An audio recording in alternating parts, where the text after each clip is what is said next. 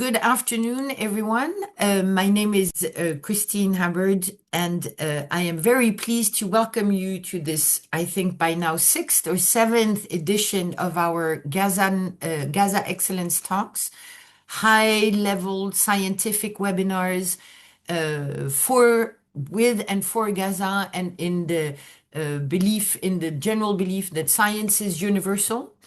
Today, we are very pleased to welcome Dr. Alain Aspect, who is a Nobel Prize laureate. Thank you all for attending. I would also like to inform you that this talk is organized by our organization, Academic Solidarity with Palestine, but more importantly by 3 universities in Gaza, Al-Aqsa University, the University College of Applied Sciences, represented here by Dr. Asma. Thank you very much for being here. And the University of Palestine, represented here by Dr. Nadine. Thank you very much for being here. Gazan science is active and alive, and this is what this talk today aims to once again demonstrate. We will, in order not to take up too much of your time, we will quickly switch to Dr. Aspect's conference. Dr. Aspect no longer needs an introduction, yet I will just give a few words about his itinerary. Dr. Aspect is an alumnus of what is now called the ENS École Normale Supérieure of Paris-Saclay and of Orsay University. He is currently a professor at the Institut d'Optique, University Paris-Saclay as well, and a professor at the amazing École Polytechnique. His doctoral thesis in 1983 at the Institut d'Optique focused on experimental tests of the foundations of quantum physics, and in particular on the tests of Bell's inequalities. After experiments on single photons with Philippe Grangier from 84 to 86, he worked on laser cooling of atoms at the Kastler Brossel laboratory of ENS Paris with Claude Cohen-Tannoudji, Jean Dalibard, and Christophe Salomon. The group he founded at the Institut d'Optique in 1993 focuses on atomic quantum optics and atomic quantum simulators with degenerate gases. Dr. Aspect is a member of the Académie des Sciences, the Académie des Technologies, and of several other foreign academies in Austria, Belgium, Italy, the UK, and the United States. And importantly, he received the Nobel Prize of Physics in 2022. We're extremely privileged and honored to have you, Dr. Aspect, and I will now leave the floor to you. Thank you again. Okay, thank you very much. I am happy to know that there are people who want to hear about science, and I will do my best. Can I know how many people are online, or you don't know? So right now there are about 100 people. Okay. And it's every second is increasing because some of them are connecting late. So right now there are about 100 people. Okay, I will do my best to keep them, not to be too boring, too annoying, in order to keep them online. Okay, I'm going to talk about the 2 quantum revolutions. Well, what is important in your introduction is the fact that I did not do only one thing in my life. All my life was about experiments with atoms and photons, but there were several subjects of research. Here, the foundation of quantum physics, but also, as you say, laser cooling and controlling of atoms, and more recently, quantum simulators and even quantum computers. Okay, so there is a relationship, but each time I changed, it was really a different community and different world, and it's important to change in one's life. Okay, let me start. First, we must insist that quantum physics is strange, as I will show in this talk, but it's not irrational. What is quantum physics? It's a mathematical formalism which allows us to perfectly describe observed facts at the microscopic level, which are impossible to describe in classical physics. For instance, stability of matter, I will come back to this point, chemical bond. You cannot understand that if you don't have quantum physics.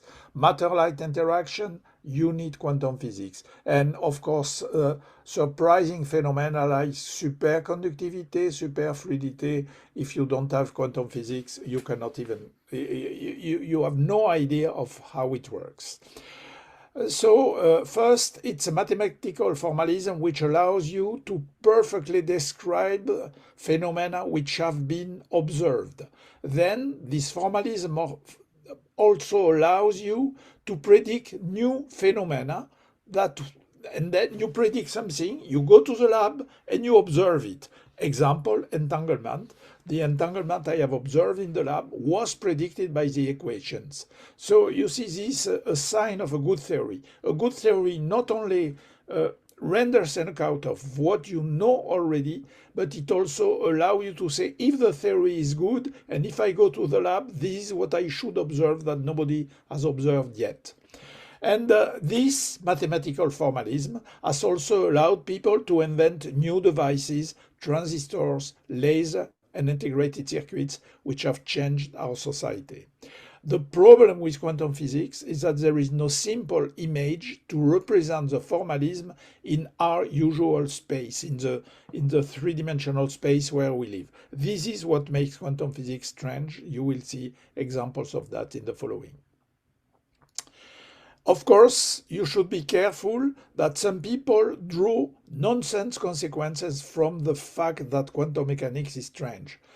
So please be careful with that. Okay, I'm talking of two quantum revolutions, and these two quantum revolutions are based on two different concepts that should not be mixed.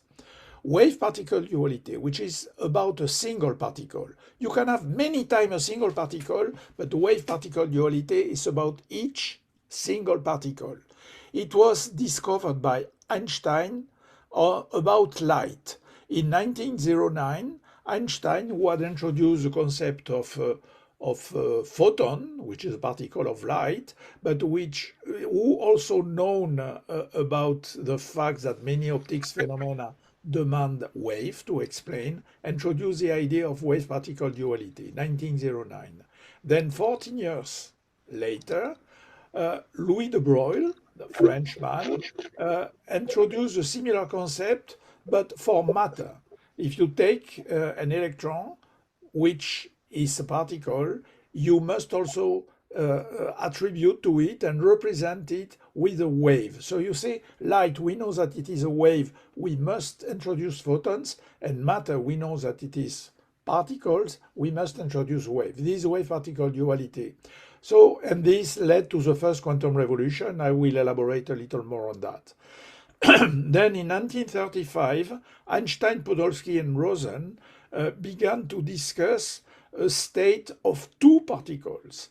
And these particles were entangled, and they drew surprising consequences of that, and I will elaborate more on that. Schrödinger, still in 1935, immediately realized that entanglement was absolutely extraordinary, and then, so to speak, for another 30 years, it was just a philosophical discussion until the moment when John Bell in 1964 realized that if you follow the conclusion of Einstein and his colleagues, at one point you come in contradiction with the quantum mechanical calculations, and when you have two theories which give different prediction, then you ask the question, going to the lab, and you ask a question to Mother Nature. You say, who is right? You do the experiment and you see who is right, and you will have the answer at the end. Okay, let us start with the first quantum revolution. First, maybe you know it already, but I find it useful to define the word quantization. What means quantization? It means that some quantities which in the classical formalism can take any value in a continuum, when you arrive in the quantum world, it can take only some particular, we say discrete values. For instance, light was classically described as a wave because you need to describe it as a wave to interpret interferences, diffraction, etc. But in 1905, Einstein, well, building on a first reasoning by Planck, but it is really Einstein who came seriously with that hypothesis. Einstein made the hypothesis that light has sometime also to be considered as made of grains of energy, least quanta, least quantum. And as I said, in fact, he had to say that sometimes you need wave, sometimes you need particle. Okay. And so it is how he introduced the wave-particle duality. Okay. Now, let us talk of matter. Let us consider the case of the Rutherford model for the atom, in which you have a nucleus which is positively charged, and you have electrons around the nucleus, and because the interaction is just like a gravitation, it scales as the inverse of the square of the distance. You have a model which works very well, which is just like satellites around the Earth or planets around the third, but there is a difference. For satellite or for planets, any distance to the attracting, for instance, the sun, if you speak of planets, any distance is allowed.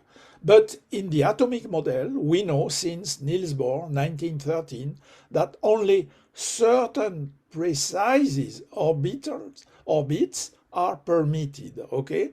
And this again is quantization. The orbits which are allowed for electrons around the nucleus are quantized. And it is the duality, it's a duality of wave and particle for matter, for the electron, which allow you to understand or to give an explanation for this quantization of planets. And the idea is the following. If you think of the electron not as a particle but as a wave, and then the wave travels on the trajectory, on the orbit of the electron, after a round trip, the wave must come in phase with itself, which means that the trajectory has to be an integer number of wavelength. And this is enough to determine what are the permitted orbits, and you have a full model for the atom.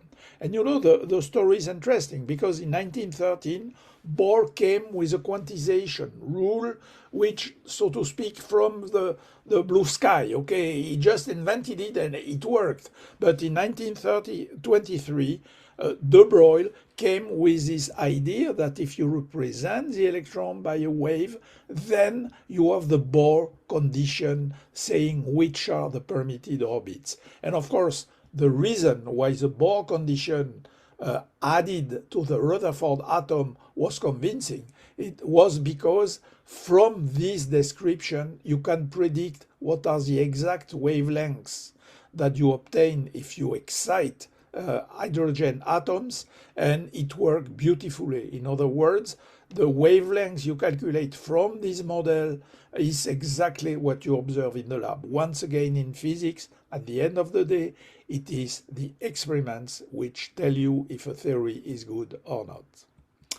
Okay, I like this photo just to encourage people to do quantum physics. Look, this is Louis de Broglie. He has found this famous relation relating the wavelengths to the momentum of the particle. Look how he's happy, okay?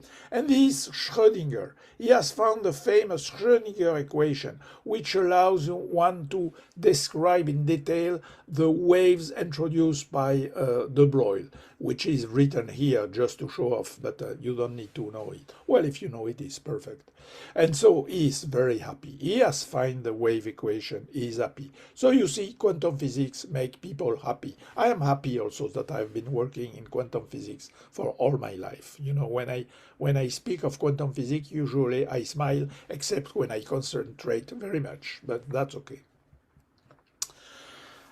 I want just to show you that wave-particle duality may be considered something simple, but in the introduction, I said that we have strange images, and I will give you an example built on an experiment which was done by my first PhD student, Philippe Grangier, in 1986. So it is an experiment we did together, recycling the source that I had used for testing Bell's inequality, doesn't matter. And the idea was the following. We pretended that we were able to send single photon one after one, okay, isolated single photon. And so we consider it as a particle, single photon is a particle, and it arrives on a beam splitter. What is a beam splitter? Well, you have all seen a piece of glass, you send a ray of sun or laser beam on a piece of glass, and a part is transmitted, a part is reflected. But if you have a single particle, the particle will not be split in two parts. Either it will be reflected or it will be transmitted. How can you prove that? Once again, experiment. You have here one detector, here another detector, and when the detector detects the photon, there is an electric pulse, and you can count how many electric pulses are counted during, say, 1 second or 100 seconds, okay? Same on the other side. But we also have an electronic circuit, which is called a coincidence circuit. And these coincidence circuits can tell you if the two detectors are fired at the same moment. If what I told you, that is to say I have a single particle going either on one side or on the other side, if this is true, then the probability to have a joint detection is 0. So this allows me to say it behaves like a particle. Okay, but we also want to show that it can behave like a wave. And so for that, we keep the same source emitting the same single photon wave packets. But if it is a wave, what will happen? The wave will be split, as I told you, and a wave will come on one side, a wave will come on the other side. And now, rather than putting a detector here and there, I remove the detector, I put a mirror here, and I recombine the two beams on a second beam splitter. And if you have done enough of optics, you recognize here what is called an interferometer. In an interferometer, you have a wave which is split in two and recombined. And what happens when you recombine depends on the difference on the path. You have two paths, and the difference of the length of the path is a parameter that tells you what will happen. What can happen? At the end, it can go either on one side or on the other side. And so you monitor the fact that it comes here or there as a function of the position of this mirror that you can vary by a fraction of micrometer. And as a function of the mirror, you monitor. And you see that it is fully modulated when there is an integer number of wavelengths for the difference between this and that, it goes here. And when there is an integer number plus 1/2 wavelengths, it goes on the other side, and in between it is modulated. This is a typical wave behavior. You cannot understand this modulation if you don't assume that it is a wave which is split into parts. But now remember, the first experiment, you have something which goes either on one side or on the other side. In the second experiment, the same something, it's the same source, emitting the same wave packet, okay? And this something in the second experiment is split in two. This is wave-particle duality. The behavior depends on the kind of measurement you do on the object, here the wave packet. So once again, it's the same source of single photon, the same beam splitter, but you have contradictory images. Bohr explains us that this contradiction is not too bad or too dangerous because, in fact, you cannot perform the two experiments simultaneously. Either you choose the first experiment, which amounts to asking the question on which path, on the reflected one or the transmitted one, do you find the photon? And the answer is it is on the first pass on the second one. While in the second experiment, you ask a question, are you traveling simultaneously on the two paths? And then the answer is yes, it travels simultaneously on the two paths. But you cannot perform the two experiments simultaneously. So Bohr tells us it's not too bad to have this contradiction. I think that it is anyway a strange image, and if you want to have good intuitions about quantum physics, you need to be able to juggle, so to speak, between the two images, and it is an intuition that I have developed in my professional life. I know how to switch from one image to the other one, and I don't care for the inconsistency. I don't care for the contradiction. I accept it because I have an intuition that here it is a particle that will play the role, here it's wave. Now to finish with that, I should insist on the fact that you have to know, you need an intuition to know what image to use in the first situation or in the second one. But if you are strictly mathematical, if you only use the formalism of quantum physics, then the formalism of quantum physics is the same for the first situation and for the second one. It's one thing that I teach my students. In the formalism of quantum optics, I'm not going to show it now, but if you want to learn it, first I have a book, and secondly, you have a MOOC, which is free on the Coursera platform. In the formalism of quantum optics, you have both aspects, wave and particle, just a little technical for people who already know it. You have creation and annihilation operators, which describe the particle-like character, and you have phases factor representing propagation, and these one describe the wave behavior. Both are in the same mathematics, okay? So be careful with that. Don't say it's inconsistent, sometimes I use wave, sometimes I use particle. Not in the formalism. In the images, yes, not in the formalism. Okay. Why was it important, this wave-particle duality? Because first, it allowed us to understand, for instance, the stability of matter. And I tell you a little more of that. By the end of the 19th century, physicists knew that matter is made of positive and negative charges. And they knew that positive and negative charges attract each other. So, if you believe that, matter should collapse. The positive and negative charge should attract each other and matter should collapse. And it is a fact that matter does not collapse, fortunately. And so how can we understand it? We can understand it because if you think of the electron collapsing on the nucleus, like a satellite sometimes falls on the Earth, then it will have a wavelength shorter and shorter. And to have a wavelength shorter and shorter, it would demand an energy bigger and bigger, and we don't have this energy. So the electron remains at a distance from the nucleus because it does not have enough energy to go on the nucleus. This is not intuitive, but it's a fact. It's what comes from the calculation. So the stability of matter is related to the wave character of the electron around the nucleus. And so with quantum physics, you can understand mechanical, electrical properties of matter and optical also. You can also understand superconductivity and superfluidity. And once again, as I already mentioned in the introduction, mastering quantum physics allowed physicists to invent new devices, laser, transistor, integrated circuits.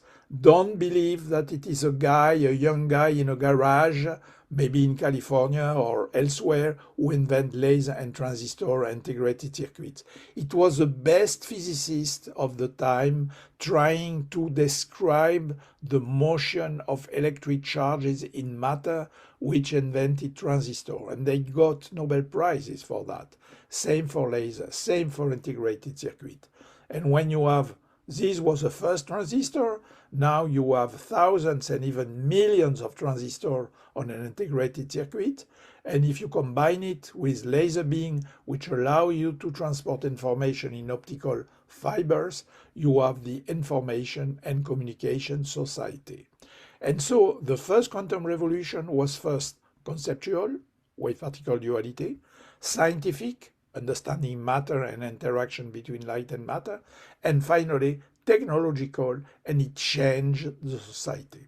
Okay, we will discuss if this is the case for the second quantum revolution. So I told you already that the concept at the root of the second quantum revolution is entanglement.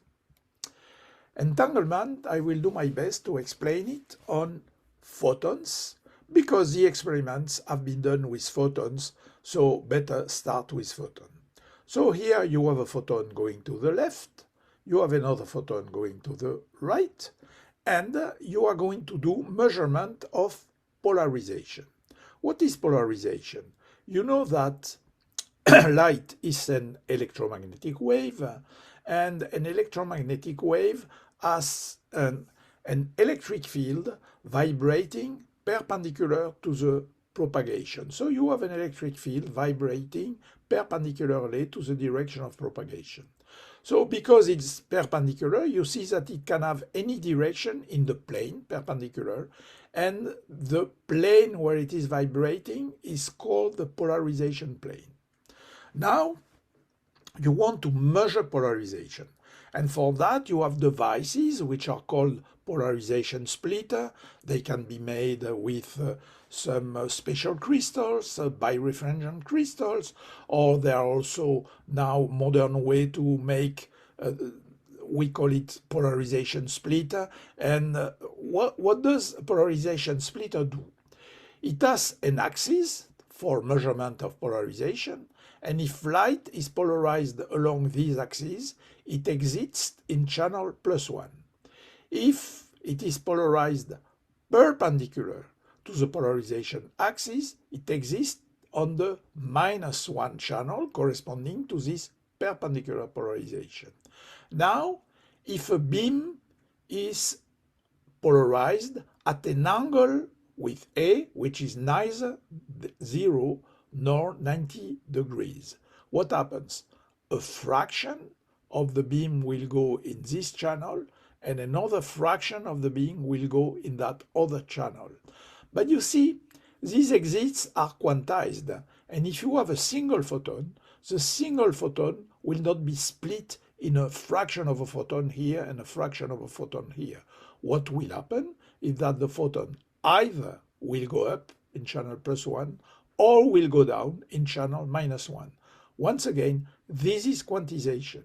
And in fact, if you know the state, the quantum state describing the photon, you can calculate the probability that the photon goes up or the probability that the photon goes down. And you see here you have another feature of quantum physics, the fact that the result of the calculation are probability. If it is true that you have a single photon, and if the single photon can only go up or go down, the only reasonable quantity that you can calculate is probability. Probability to go up, probability to go down. Now, second photon, you do the same thing. You make a measurement with a polarizer with a direction of analysis B, okay? And now, the discovery of Einstein, Podolsky, and Rosen, I have added the letter B because the initial state of Einstein, Podolsky, and Rosen was not with such variables as polarization. And so it's David Bohm, who realized that the reasoning of Einstein, Podolsky, and Rosen was much more clear and more interesting if you presented with what is called as a spin 1/2 particles or equivalently with photon. So what was the discovery of Einstein, Podolsky, Rosen, and Bohm? It is a discovery that the formalism, the mathematics of quantum physics, allows you to consider such a state for describing the two photons. This is an entangled state, I'm going to explain you why it is really a strange state. I'm using a notation which is remarkably simple, which is due to Dirac. Dirac, another genius, who in 1930 gave a kind of synthetic formalism for quantum physics that we still use and which is beautiful because he uses simple notation. For instance, here, XX describes a pair of photons with the two photons polarized along X. Okay? So you have a pair of photons polarized along X. Now, the second term, YY, tells us that I have a pair of photons polarized perpendicular to the plane of the screen here. So I have a pair of photons which are polarized perpendicular to the screen. Now, what Einstein, Podolsky, and Rosen discovered is that if the XX state is a legitimate state, if it does exist, and if the YY state is a possible state, then the sum of the two is also possible. And at this point, you say, okay, the sum is possible, and so what? So what? Now, when we have that state, we cannot describe separately the first photon and the second photon. I cannot say the first photon is polarized like that, for instance, at 45 degrees, and the other one is polarized circularly or something like that. It is impossible to attribute a polarization to the first photon or a polarization to the second one. It's only the sum of these states which have a meaning. And in a sense, this is as surprising as the Schrödinger cat, which is both dead and alive. You know, of course, in a Schrödinger cat, you have billions of particles, but the concept, the mathematical concept, in a sense, is similar. And I am going to show you that if you accept the idea that such a state does exist, there are interesting consequences, which were discovered by Einstein and his colleagues. First, as I tell you, when you know the quantum state, you can calculate the probabilities. So if you first calculate probability to get +1 or probability to get -1, it turns out that these probabilities are equal 1/2 for the first photon, equal 1/2 for the second photon. So it looks totally random, okay? It's just like if somebody is tossing a coin. He gets head or tails for the coin, and it looks totally random. But hold on. If now you look at the two outcomes simultaneously, in the case when the two polarizers are parallel, so direction B is the same as polarization A, you have one surprise. It seems totally random here, it seems totally random here, but if you get +1 here, then you get +1 here, and if you get -1 here, then you get -1 here. This is called total correlation, but I like to call it a tricky coin toss. If you see somebody here, let us call her Alice, tossing a coin, it looks totally random. And if you have here a guy named Bob tossing a coin, it looks totally random. But when you see from the back of the room, you see that if Alice gets +1, Bob gets +1, and if Alice gets -1, Bob gets -1, you say there is a trick. Let us try to think of a trick. For instance, here you have a machine sending a coin to Alice and a coin to Bob, okay? And then you see this strange result. Well, there is a way to understand it. It may be that the machine is sending tricky coins, for instance, a coin with two heads, and simultaneously a coin with two heads. So they throw the coin, but they find head and head. And maybe the next one is a coin with two tails, and a coin with two tails. And they throw, and if you have the same result on both sides. So if you look here, it looks totally random, and if you look from the back, you see same result. So you see, it's possible to invent a model to understand that, but there should be a trick in the model. Okay, let's come back to quantum physics. You asked the question, I want an image in my world to describe the correlation. And this correlation has been calculated with a formula. Doesn't matter that you understand in detail this formula. The important thing is that this formula involves the states that I wrote describing the two photons in a single object, okay? And the result of the measurement also describe the two measurements simultaneously, okay? These correspond to a joint measurement in the channel plus of the first polarizer and channel plus of the second polarizer. The calculation holds on this object, and it gives a result, and it gives a result that you observe in the lab. But if you try to make an image from this calculation, you cannot make image in our space. You can make an image if you are a mathematician in an abstract space where you describe the two photons simultaneously.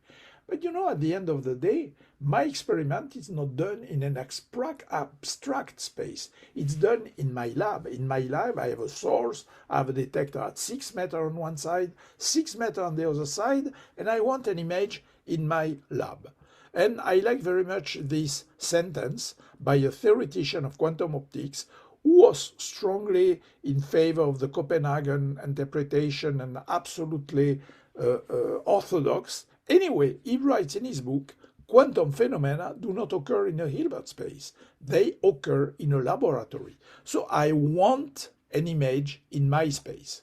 And the image in my space finally will be an image equivalent to the tricky coins. We will say, from the beginning, the two photons have a common property that we call lambda, following John Bell. And this property lambda, which is the same for photon nu1 and for photon nu2, this property lambda determines the result +1 or -1, and similarly determines the result +1 or -1. And so if you have lambda corresponding to +1, you are not surprised to see +1 and +1 here. It turns out that this image is quite good, okay? And so this image is in fact extremely scientific. Think, for instance, to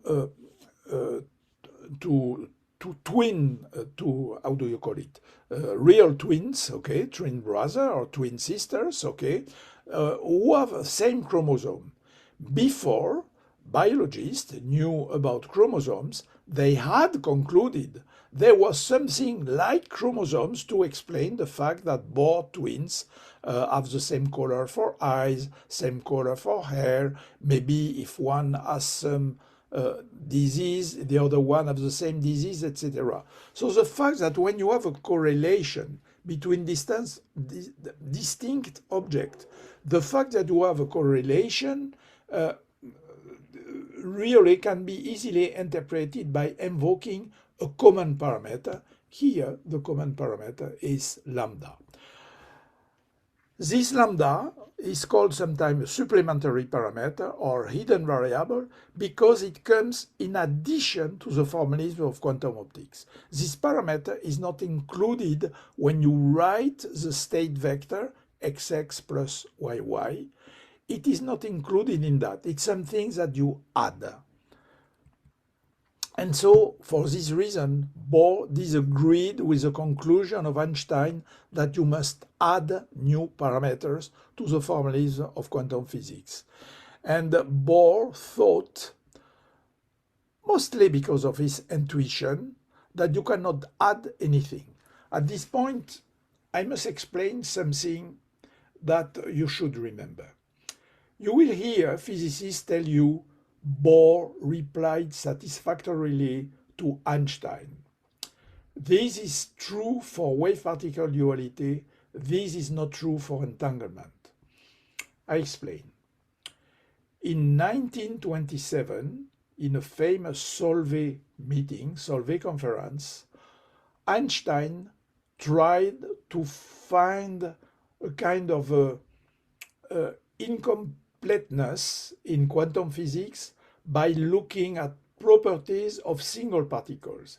He was trying to explain that you can measure position and velocity of a single particle in a single experiment better than allowed by the Heisenberg relation, and each time Bohr could point out a mistake in the reasoning of Einstein.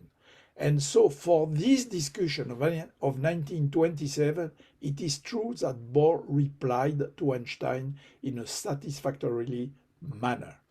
But in the 1935 debate about entangled particles, then I think that the reply of Bohr to Einstein is not an impeccable demonstration. It's just an epistemological or philosophical reply. In other words, the point of view of Bohr about the nature of physical reality is different from the point of view of Einstein. For Einstein, an object has a physical reality, that is to say, an ensemble of parameters which allow you to fully describe the result of the measurement on the object. For Bohr, is different. For Bohr, the physical reality is contextual.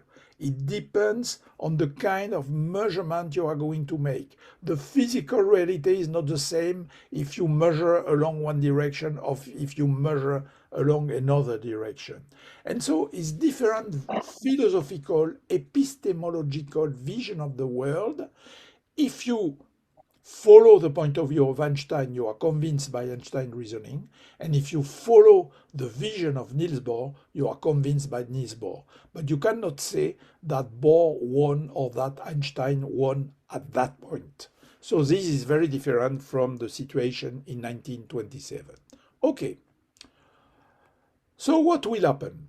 Einstein say you have to complete quantum mechanics, and Bohr say, no, you cannot complete it. What happens? Basically nothing.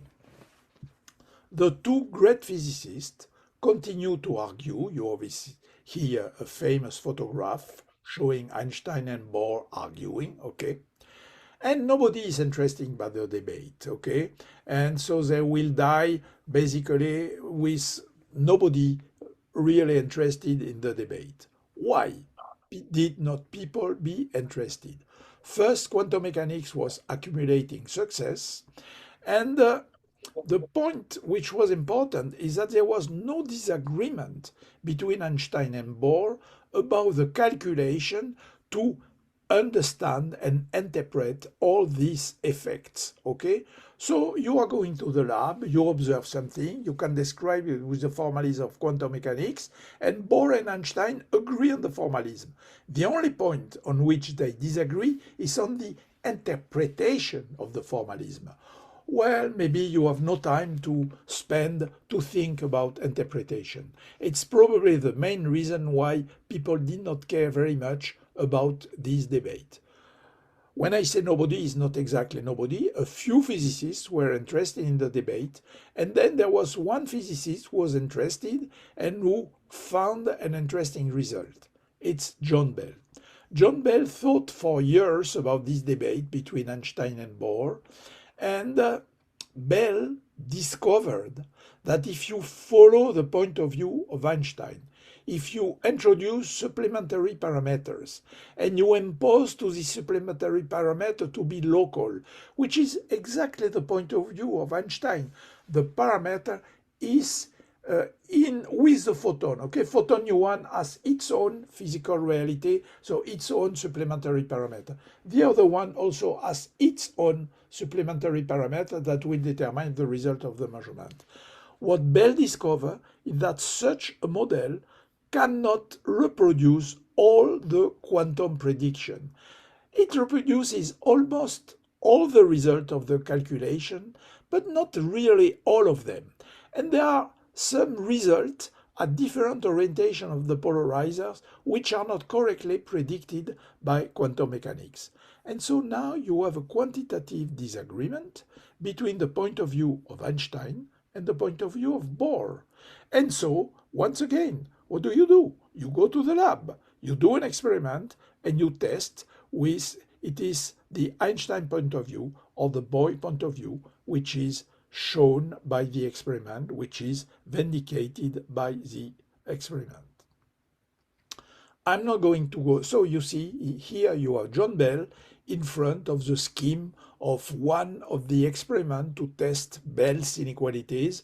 And in fact, I am glad of this photo because the experiment which is here is exactly my experiment. So I'm very happy with this photo. Okay, there were 3 generations of experiments. So you see, Bell found his result in 1965. Basically, nobody was interested in Bell result, but somebody was interested. Clauser in Berkeley, and he did the first experiment in 72, and he found a result in favor of quantum mechanics and not Einstein. He was working in Berkeley, but at the same moment, Pipkin and Holt, working at Harvard, found a result in agreement with Einstein's point of view, in disagreement with quantum mechanics. So it was interesting.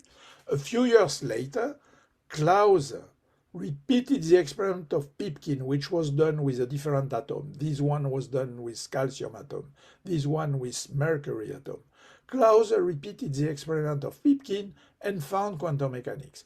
And in 1976, there was an experiment in Texas done by Fry with much better signal to noise ratio, and he found quantum mechanics. Why do I insist on signal? It's because you have to understand that the first experiments were very difficult, demanded tens and tens, hundreds of hours of accumulation of data, and it is very difficult to keep an experiment running in a steady way for hundreds of hours. And these experiments were quite different from the ideal scheme that I've shown you. For instance, polarizer did not have 2 output channels. They only had the +1. So how do you get the -1? You have to compare what happens with polarizer in and polarizer out, and you say that the difference is what you would have if there was a minus channel. But it is involved. And this is why, so this is Clauser in his lab in 72. Here is a source of entangled photon. Here, big polarizer.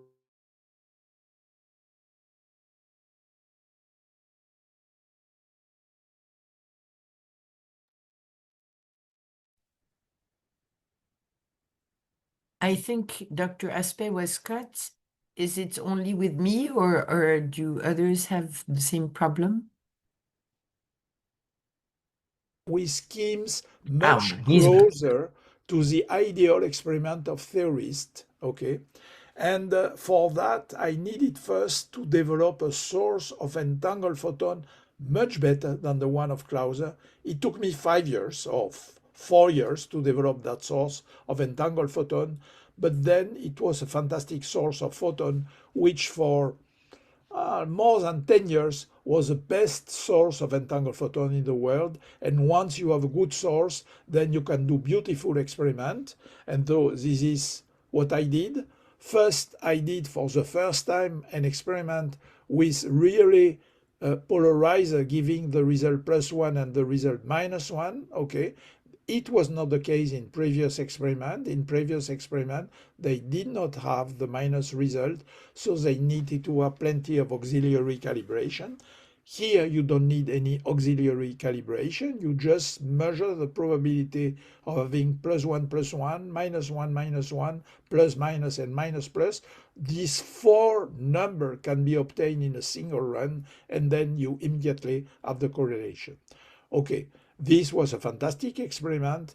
We obtained a result in favor of quantum mechanics and violating Bell's inequality by 40 or 50 standard deviation, which is more than convincing. But the experiment, which was really fantastic because it demonstrated quantum non-locality, is the one that I will show now. It is an experiment which wanted to make an experiment that Bell had suggested in the conclusion of his paper of 65. What Bell has told us is that to really test the quantum mechanics in its full extraordinary form, what should be necessary would be to change the orientation of the polarizer while the photons are propagating between the source and the polarizer, so to prevent any possibility of communication between two ends of the experiment, okay? And so in my experiment, the distance between the source and the polarizer was 6 meters. And to travel 6 meters, it takes 20 nanoseconds. The nanoseconds is a billionth of a second, okay? So it took 20 nanoseconds for the photon to travel, and Bell told us if you could change the orientation of the polarizer in less than 20 nanoseconds, it would be very nice. The polarizer is a heavy system, and that heavy system, you cannot rotate it rapidly. So my idea that I published in 75 was to use a switch able either to send light to a polarizer in orientation A or to send light to a polarizer in orientation A prime. If the switch is fast enough, then the equivalent of this device is a single polarizer which goes from A to A prime by to A by to A prime. This is what I could do, and this is what allowed us to test what is called quantum non-locality. I will come back to non-locality later. Okay. Okay, what happens? Oh, no, okay, voila. Now there were a third generation of experiment. That third generation of experiment was based in new sources of photon which were developed starting in 1988, so 6 years after my experiment was 82. So 6 years after they started developing these new sources, but these new sources were good enough to obtain better result than me only in 98. So you see, it takes time in experimental physics. You need to have new technology to develop, to mature ideas, etc. So it took them a lot of time, but then they had a fantastic source. It was fantastic, better than mine in the following sense. My source was emitting photon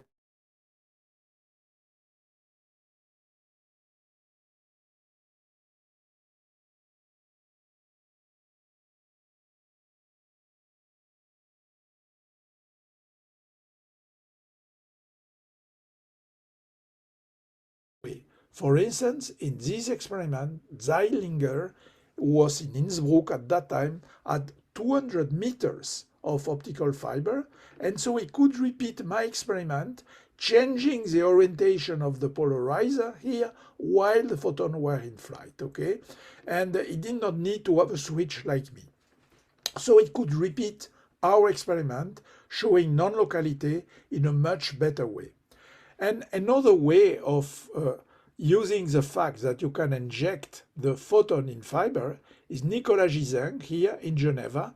He is introducing the photon in the commercial network of optical fibers used for the telephone in Switzerland. So you are in Geneva here. Cornavin is at the center of Geneva, close to the railway station. And then he injects one photon going to one direction towards a village called Bellevue. The other photon is injected in a fiber going to a village called Berdex, okay? They are like 10 kilometers from here to here, and then he can still check that quantum mechanical results are good and that there is violation of Bell's inequality and that the model of Einstein must be abandoned even in these circumstances, okay? And I will mention that later. Now there have been in China an experiment showing that entanglement is preserved on 1200 kilometers. Okay. So the conclusion of all these experiments is that the point of view of Einstein, which is called a local realist view of the world, this point of view must be rejected, and we are going to discuss this now. In fact, we are going to discuss it following Einstein. Einstein envisaged the case when he would not be right. So I'm going to say, come on, Einstein did not think he was right? Yes, he thought that he was right, and he was making a reasoning ad absurdum. He said, If I was not right, this is what you would have to accept. But now we know he's not right. So this is what we have to accept. And so what did he envisage? He say, these are really sentences written by Einstein, okay? You have either to abandon the independence of the physical realities present in distance volumes, or accept that the measurement that you do on the first system modifies instantaneously the real situation of the other one. The two points of view are not totally different, because if what you do on the first system can act on the second system, then it's hard to think that the second system has a physical reality which is independent, because it changes depending on what you do on the first one. Anyway, Einstein made the effort to consider two different ways of presenting it, and I keep it for the following reason. It's two different notions. This one is quantum holism, and this one is quantum non-locality. What do I mean? Quantum holism means that when you have an entangled system, even with two objects far from each other, you have to think of that system as a single global object. And this is at the root of the fantastic property that we hope to have with quantum computers. On the other hand, the other point of view, the fact that when you change the first system, it immediately reacts on the second one, this is called quantum non-locality, and it is what I have shown directly with my experiment. I will show you that. And quantum non-locality is important in quantum technologies which are called quantum communication. I will show you an example of that. Okay. So let us develop the image of quantum non-locality, which is something that I like, but you must be aware that not all the physicists like quantum non-locality. Many physicists say, I don't need to introduce quantum non-locality. These physicists usually belong to what Bill Phillips calls the school shut up and calculate. These physicists say, look, I have a calculation. This calculation predicts the result of the experiments. I don't need an image. Okay, it's absolutely logical and scientific. My point of view is that I need images to have intuitions, and in my image I have a non-locality, and I explain you where the non-locality is. And to understand where the non-locality is, we will start again to a quantum calculation, but rather than doing the calculation globally on the whole description of the object which is here, I will suppose that I do first a measurement here, and then only a little later a second measurement here. What happens? When I do the measurement on the first photon with a polarizer along the x-axis, okay, I can find either +1 or -1. Let us suppose I find +1 corresponding to polarization x. What happens? Well, in the basic postulates of quantum mechanics, there is a postulate which is called the projection postulate, which tells you just after a measurement, you must project the initial quantum state onto a space which is associated to the result of the measurement. So I will not do that for you, but I will give you the result. The result of that projection is XX. So you see what happens. Here I have that state, which is both XX and YY. But if I find +1 corresponding to X, immediately after that measurement, the state is no longer this one, it's XX. And this I told you already. What does it mean? First photon is polarized along X. Of course, it is what I have found, so it would be inconsistent not to describe it like that. But the second one now is polarized along X, and now you have an explanation for the fact that if you get +1 here, you get +1 here. Okay? If you get Y, the projection gives YY, and so which means that if you get -1 here, then the second photon is Y, and you get -1. And so, once again, you understand the strong correlation, and so you can develop the image, elaborate it, and find exactly the same result that you obtained by doing the global calculation. And so you can understand the total correlation at a distance. Okay. So you have an image in real space. You know, in the beginning I told you I want an image in my space. I have an image in my space, but this image is not nice for Einstein. Why? Because look, the image is until the last moment. It can be either +1 or -1. But if it is +1, you have the other photon polarized like the result of the first one, and then you get +1. And if it is -1, then you have the second photon polarized like the first one immediately, and then you get -1. And you see, this image is really in our space, but it has a strange feature. It is, so once again, until the moment of the measurement, you can get either +1 or -1. And so it means that the measurement on U1, on the first photon, seems to influence instantaneously and at a distance the state of the second photon. This is quantum locality, non-locality. It seems that what you do on the first photon here acts on the physical reality of the second photon. This was not acceptable by Einstein, but he did not know of Bell theorem. Nowadays, with Bell theorem, we know that if we observe that, we need to change something in Einstein's point of view. And what I like to change in Einstein's point of view is to keep the idea that each object has a physical reality, but then I need to accept non-locality. I need to accept that what I do here can change instantaneously the state of the other photon, which is here. So what can I do with that? Well, first, you are not obliged to believe me. You can be like people who belong to the chapel of shut up and calculate and say, look, Alain, you have a state, you calculate the correlation, you have the correlation, you go to the lab, you observe it, you should be happy.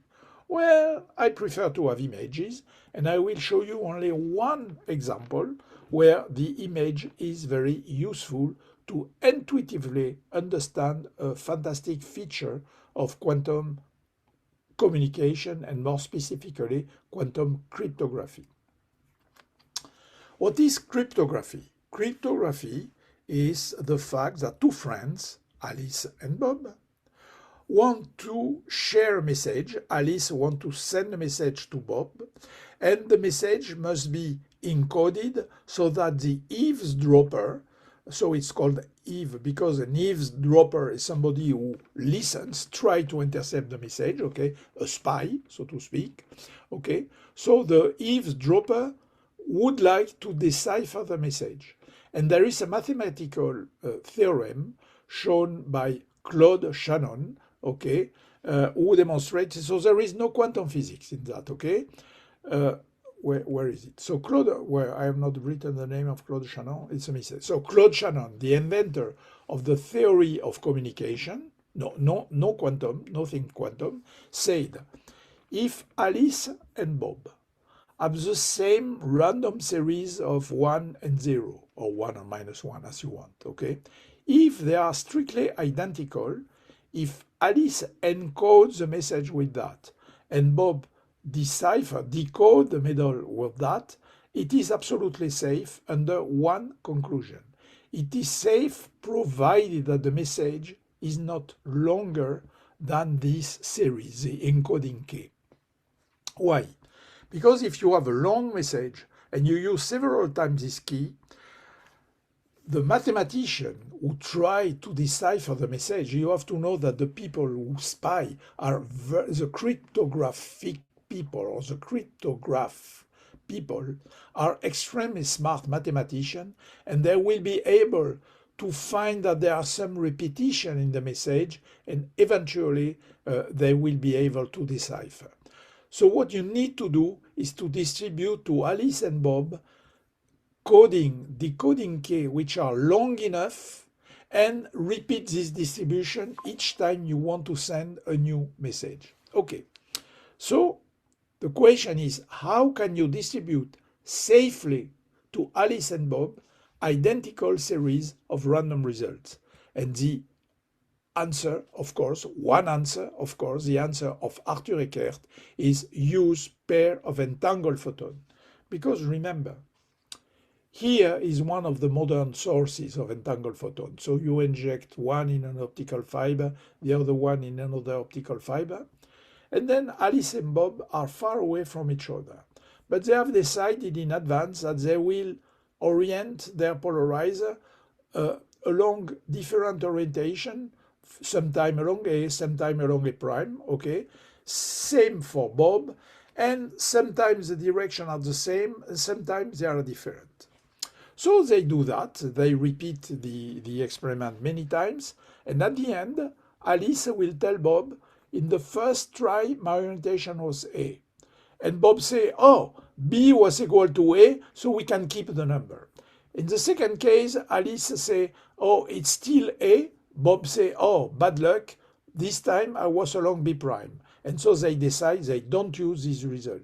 And so by communicating publicly, everybody can listen to the radio, they can know what are the cases that they must keep. And in these cases, if Alice has +1, Bob has +1, and if Alice has -1, Bob has -1.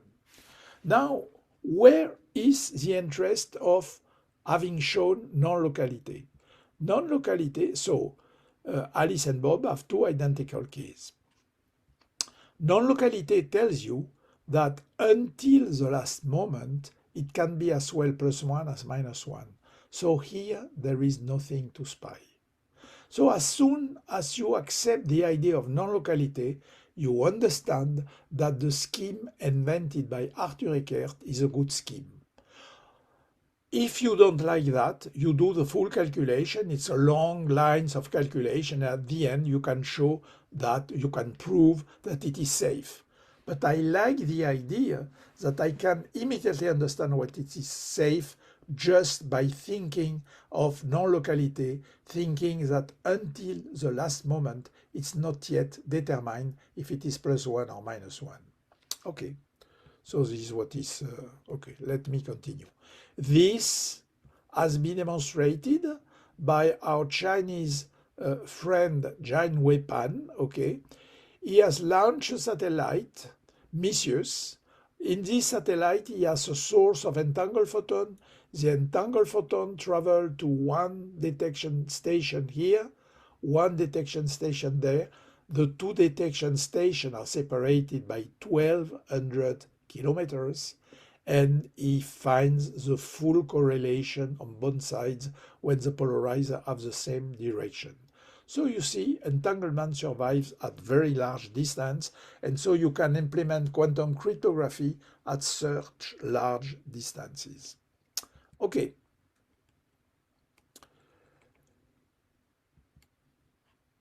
What is the second quantum revolution? Well, probably if you followed me, you have understood that entanglement is essential to the second quantum revolution. It's an amazing property discovered by Einstein, Schrödinger, and even Bohr. Bohr recognized that entanglement, he disagreed on the way to interpret it, but he also found that it is extraordinary. But it was necessary to have Bell to understand the full power of entanglement, and it took another 20 years until Feynman realized that entanglement being so extraordinary, maybe you can apply it. I will come to that in a while. And once again, remember that entanglement is very different from wave-particle duality. And so it is different. This is why we call it a second quantum revolution. But the second quantum revolution is not only entanglement. It's also a fantastic progress in experimental science, which started in the 1970s. For the first time, somebody was able to trap a single electron, to keep it and observe it for weeks. Before that, many physicists thought that quantum physics was only good for describing large ensembles of objects. And all experiments were applied to large ensemble of objects. When you look at the fluorescence of a vapor, you have billions of atoms, okay? And so until 1970, many physicists thought that quantum mechanics is good only for large ensemble of objects. But starting in 1970, people were able to observe a single electron, a single atom, single ion, single photon. You know, this is what we did with Philippe Grangier, etc., etc. And so the ability to observe, manipulate, control, entangle single quantum object is another essential ingredient of the second quantum revolution. And so there are many candidates for that.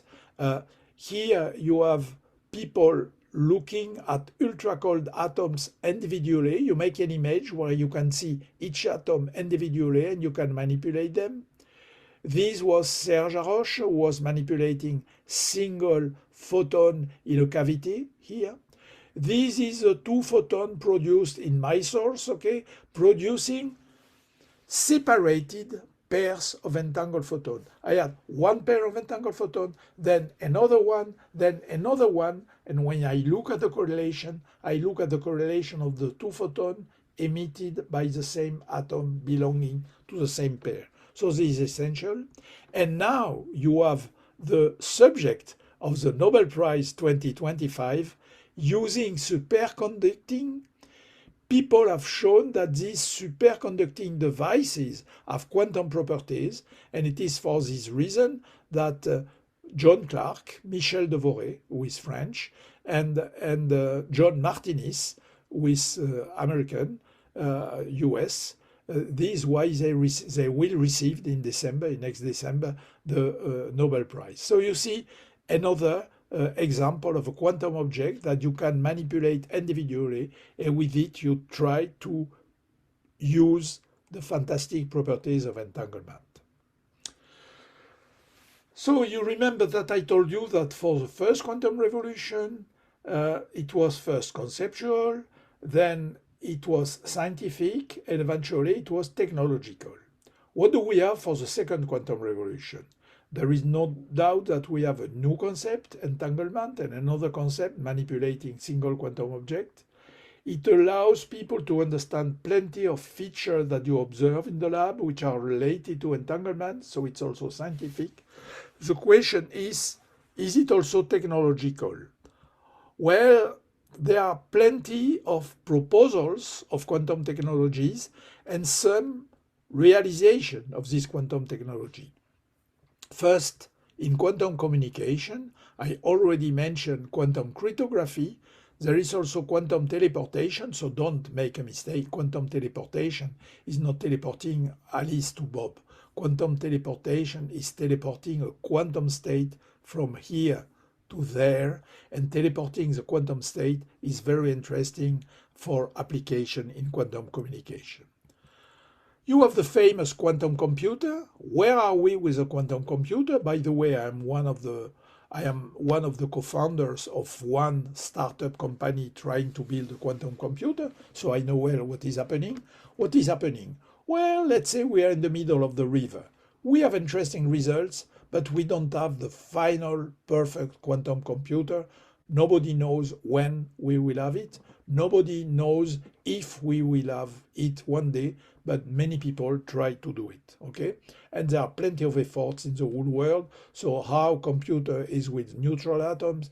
There is another startup company in my university, which is called Candela, working with single photons.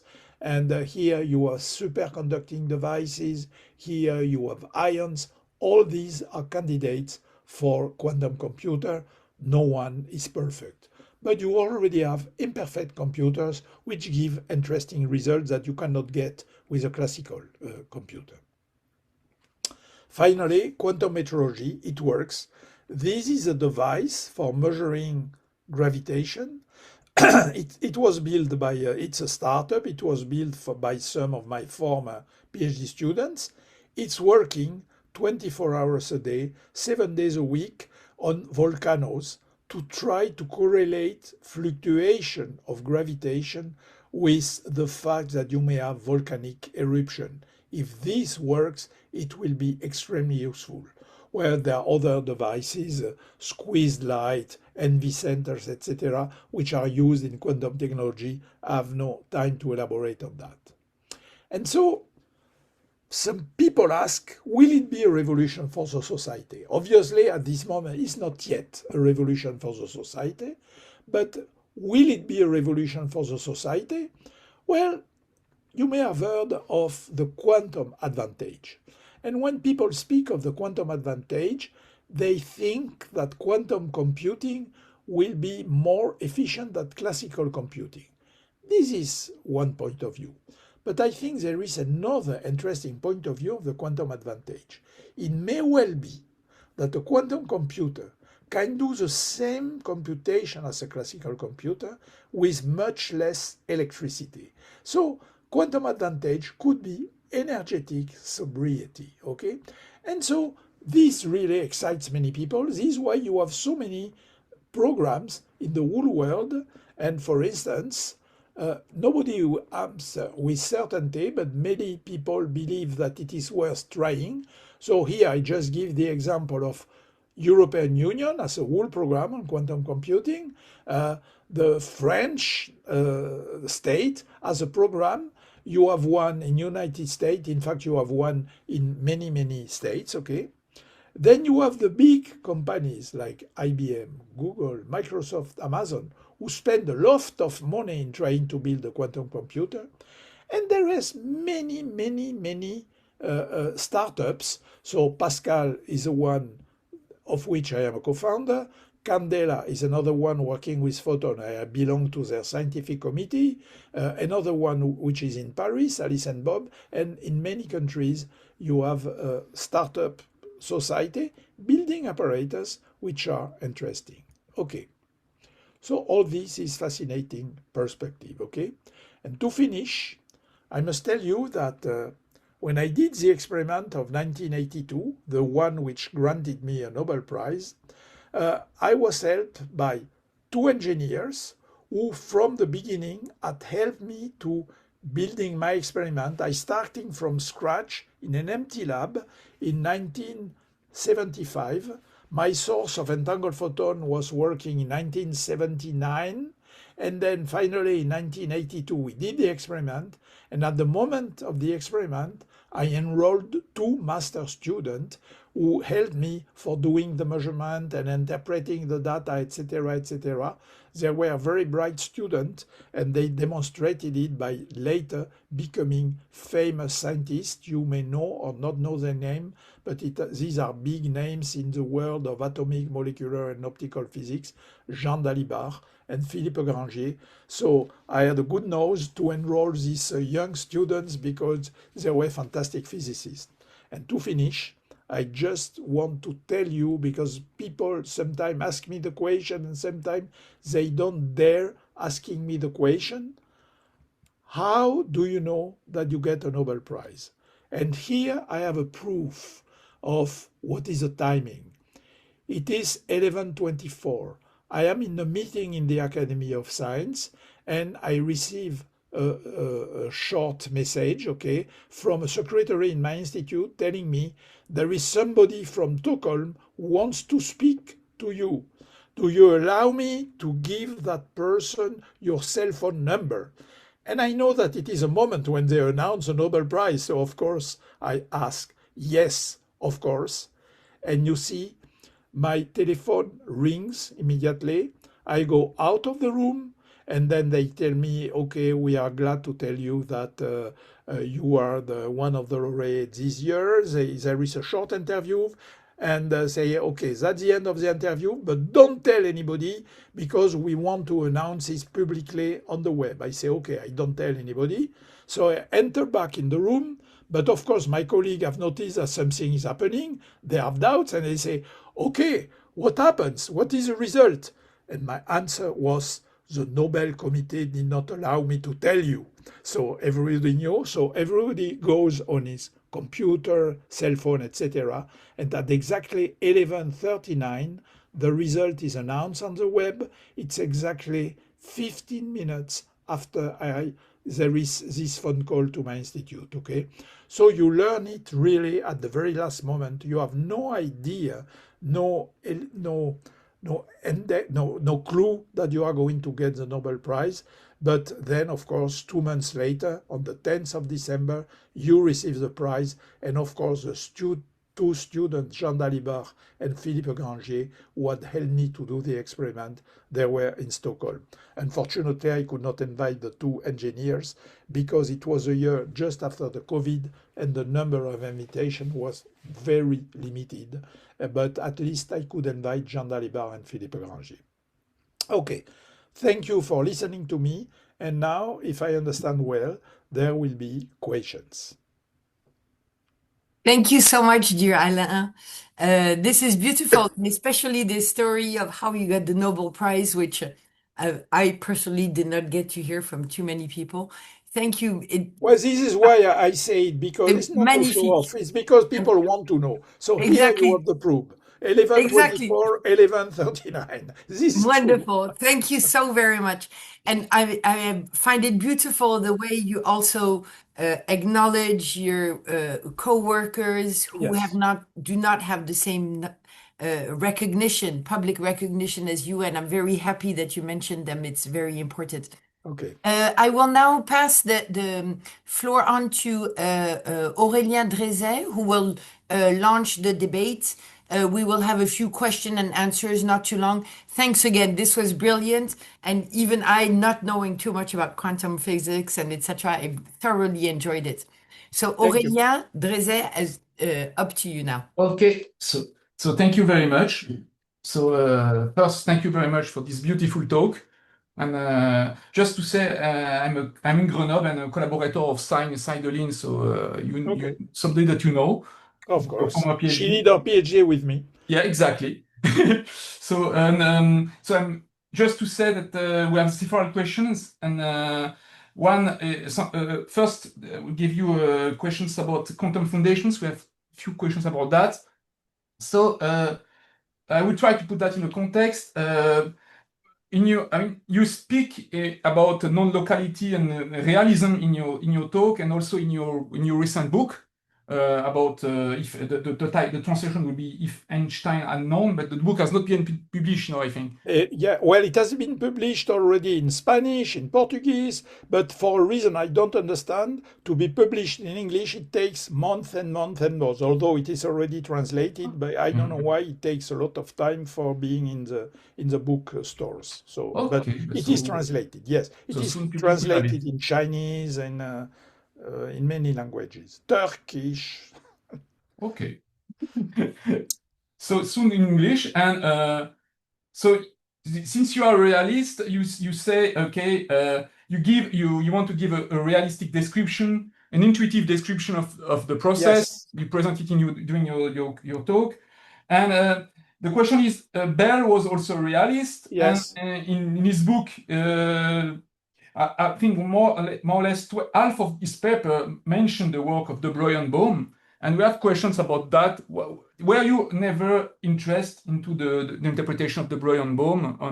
No, but I have no problem with the de Broglie-Bohm interpretation, but it is non-local.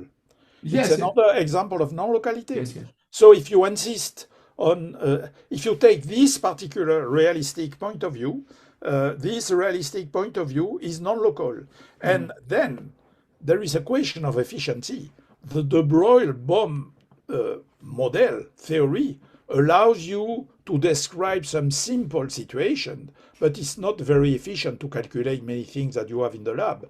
So I think that the interest of the de Broglie-Bohm theory is to show that you can stick to realism, then you have to accept non-locality, and that's it.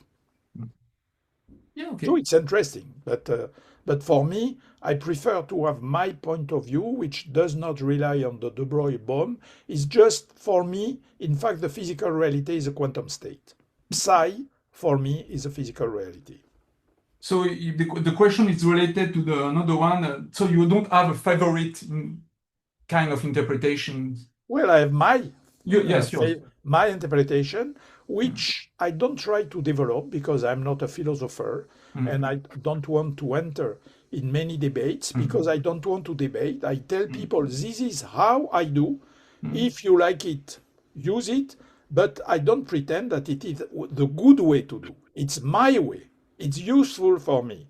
The only thing which is in common to all physicists is a mathematical formalism. Then you are free to interpret the mathematical formalism along your taste. My taste is to consider the quantum state as the physical reality, whatever it means, and then I have to accept non-locality. Then after I will give maybe to change with Pierre to have another question, but I have a last question which is related. So is this question, these approaches, including yours, are realistic approaches which are in tension with special relativity. So do you have an opinion on that? No. People mix many different things. Here, non-locality, in fact, when I say I do something here, it changes instantaneously on the other side, then people say, oh, but if a rocket comes and people travel, instantaneous doesn't mean anything. Yes, it means something. It means that it is space-like separated. That is, whatever the rocket and the people traveling at any velocity, if two events are separated by a space-like interval, that means that in no frame of reference you can have a connection at a velocity less than the velocity of light. So there is no inconsistency in that. When we say instantaneous, is a shortcut to say space-like separated. Now, what people have in mind, it's something totally different, which is the fact that people do not know a convincing way of quantizing general relativity. And this is a very difficult problem for theorists, and I don't know any solution. Well, I'm not a theorist, so I'm not able to follow all the discussions, but from what I understand, there is no convincing solution of that, and this is a real tension between general relativity and quantum, but it has nothing to do with the non-locality I'm describing here. Here, the non-locality, it's perfectly describable in terms of special relativity. It means, once again, space-like separated, period. This is quantum non-locality. And this is perfectly clear for everybody who knows a little bit of special relativity. Yes, great. Thank you very much. This is super. So now, maybe Pierre, I don't know if you want to ask. Yes, I can ask a couple of questions before we end. So you mentioned that physicists at the time were not interested very much in this debate. Was your choice to work on this understood and accepted by your colleagues, or not very much? Yes and no. I mean that many people told me that I was wasting my time and that it would ruin my career. But they did not really prevent me from doing it. They just friendly warned me, Alain, you are wasting your time and you should better do something more standard, otherwise you will never get a position. Well, in fact, I had a position. I had already a position of what was called at that time maître assistant. Nowadays it's maître de conférence. So I was kind of assistant professor, okay? And so I could do whatever I wanted. I say, okay, maybe I will ruin my... but I want to do that because I am interested. And it was okay. I found many people thinking that I was wasting my time. But what I found, this is very important, what I'm going to tell you now.